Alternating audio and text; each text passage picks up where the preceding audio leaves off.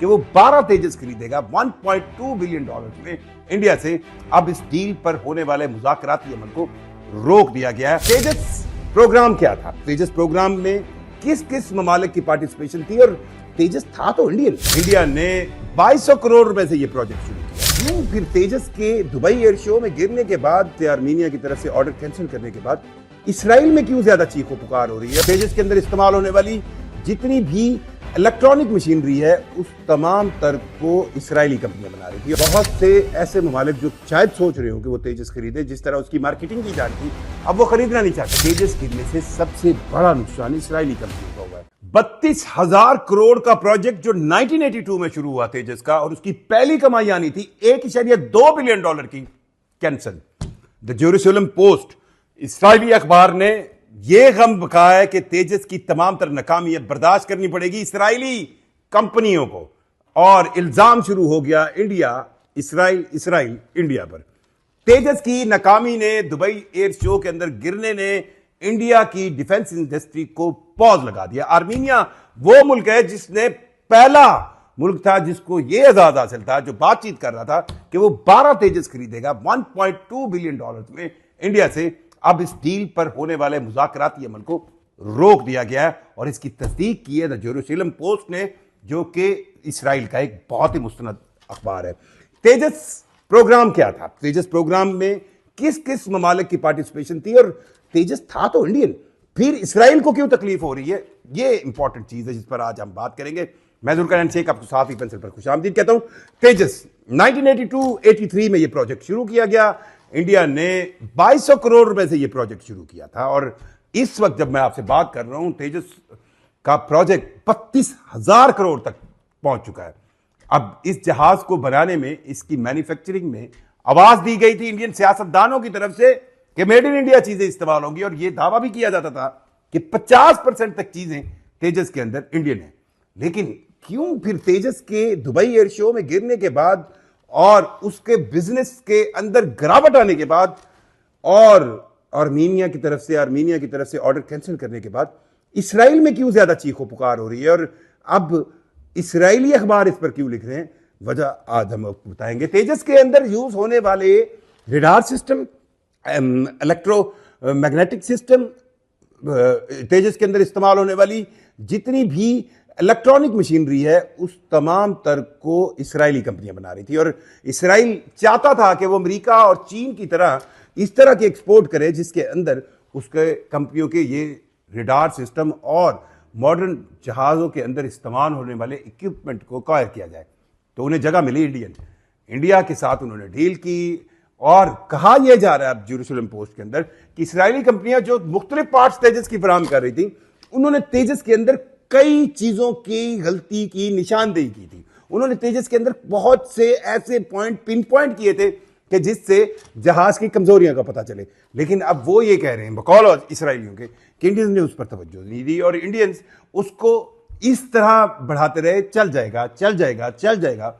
और आज ये हुआ कि दुबई एयर शो, एक ऐसा एयर शो जो दुनिया का सबसे नुमाया एयर शो है, उसके अंदर तेजस गिरता है, और उसके बाद तेजस की तमाम मार्केटिंग भी उसी के साथ गिर जाती है। आर्मीनिया ने 12 तेजस खरीदने की बात की थी, और 1.2 अरब डॉलर 1.2 बिलियन डॉलर की यह डील थी। लेकिन अब आर्मीनिया ने ऑफिशियली इस मुज़ाकराती अमल को पॉज कर दिया, और क्योंकि इस जहाज के गिरने के बाद बहुत से ऐसे ममालिक जो शायद सोच रहे हो कि वो तेजस खरीदे, जिस तरह उसकी मार्केटिंग की जा रही थी, अब वो खरीदना नहीं चाहते। इससे इसराइल को बहुत दुख है, इसराइली कंपनियों को बहुत दुख है, क्योंकि उनकी भी एक बहुत बड़ी इन्वेस्टमेंट जो तेजस के अंदर थी वो खत्म होकर रहेगी। अब इस इन्वेस्टमेंट के खत्म होने के बाद अब वो बार बार ये पिन पॉइंट कर रहे हैं, और ये तक बताया गया है कि राजस्थान के अंदर जब 2024 के अंदर पहला तेजस गिरा था, उस तेजस गिरने के बाद कई चीजें जो पिन पॉइंट की गई थी, जिस पर इंडियंस को कहा गया था कि आप इनकी करेक्शन करें, वो मुकम्मल नहीं की गई। और अब ये कहा जा रहा है कि तेजस गिरने से सबसे बड़ा नुकसान इसराइली कंपनियों का हुआ है।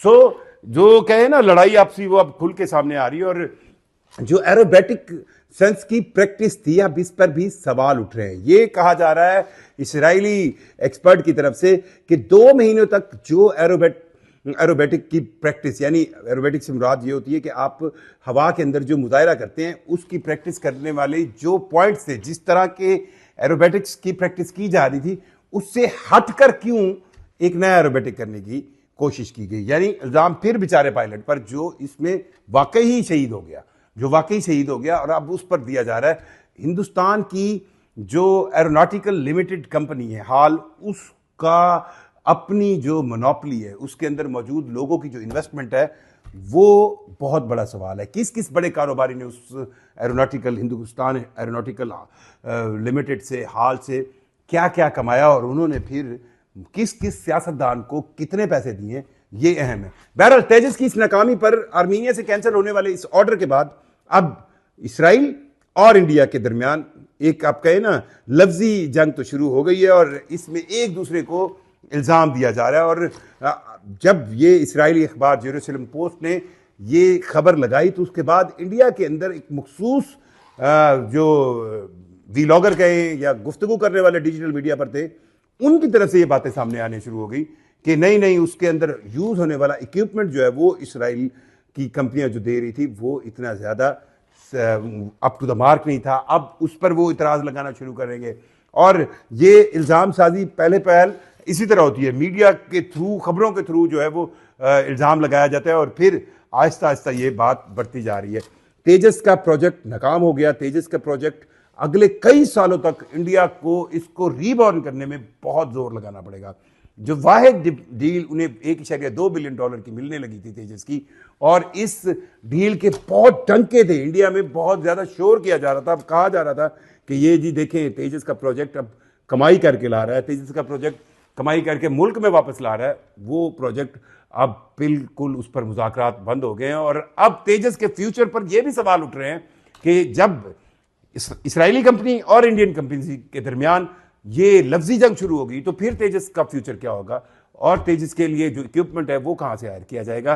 तेजस का प्रोजेक्ट 32,000 करोड़ का प्रोजेक्ट बिल्कुल मिट्टी में मिल गया और ये एक बहुत बड़ा सवाल है हिंदुस्तान की सियासत पर। ये बहुत बड़ा सवाल है उन लोगों पर जिन्होंने उस पायलट की जिंदगी भी खतरे में डाली, उस पायलट को भी, वो पायलट भी जान से गया जो कि उनका बेस्ट पायलट था।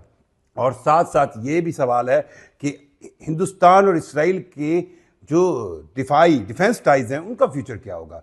ये एक बहुत अहम सवाल है और इस पर तेजस के प्रोजेक्ट के बाद तो अब कई सवालिया निशान उठेंगे। इसराइल इंडिया को ड्रोन्स के अलावा बहुत से ऐसी चीज़ें दे रहा है जो इंडिया ने पाकिस्तान के खिलाफ भी इस्तेमाल की। इसराइल इंडिया को टेक्नोलॉजी ट्रांसफ़र कर रहा है। इसराइल इंडिया को मुख्तलिफ तरह की बख्तरबंद गाड़ियाँ और वो तमाम सपोर्ट दे रहा है जो इंडिया को इस खित्ते में पाकिस्तान के खिलाफ टेक्नोलॉजिकल सेंस में ज़रूरी तौर पर चाहिए। और इसराइल चाह रहा है कि वो इंडिया के हर तरह से वो मदद करे जो उसे पाकिस्तान के एंट्री होने में उसका अलाय साबित करे। ये सबको पता है पाकिस्तान जो है वो इसराइल को तस्लीम नहीं करता और दुनिया में इसराइल को मेरा ख्याल है कि पाकिस्तान से ज़्यादा कोई नहीं चुपता होगा, क्योंकि पाकिस्तान ने कभी किसी फोरम पर इसराइल के तस्लीम नहीं किया और इसराइल के खिलाफ रहा है। और यही वजह जो है वो इंडिया और इसराइल की दोस्ती की वजह बनी। वो कहते हैं ना, दुश्मन का दुश्मन आपका दोस्त, तो उसी सेंस में इसराइल ने भी यही देखा, दुश्मन का दुश्मन आपका दोस्त, यानी पाकिस्तान का दुश्मन इंडिया इसराइल का दोस्त और पाकिस्तान का दुश्मन इसराइल इंडिया का दोस्त। तो ये डिफेंस टाइज अब फ्यूचर में क्या होंगी, ये एक बहुत बड़ा सवाल है। आपकी राय के हम मुंतज़िर रहेंगे। वीडियो अच्छी लगे लाइक कीजिए, सब्सक्राइब कीजिए चैनल को। बहुत शुक्रिया।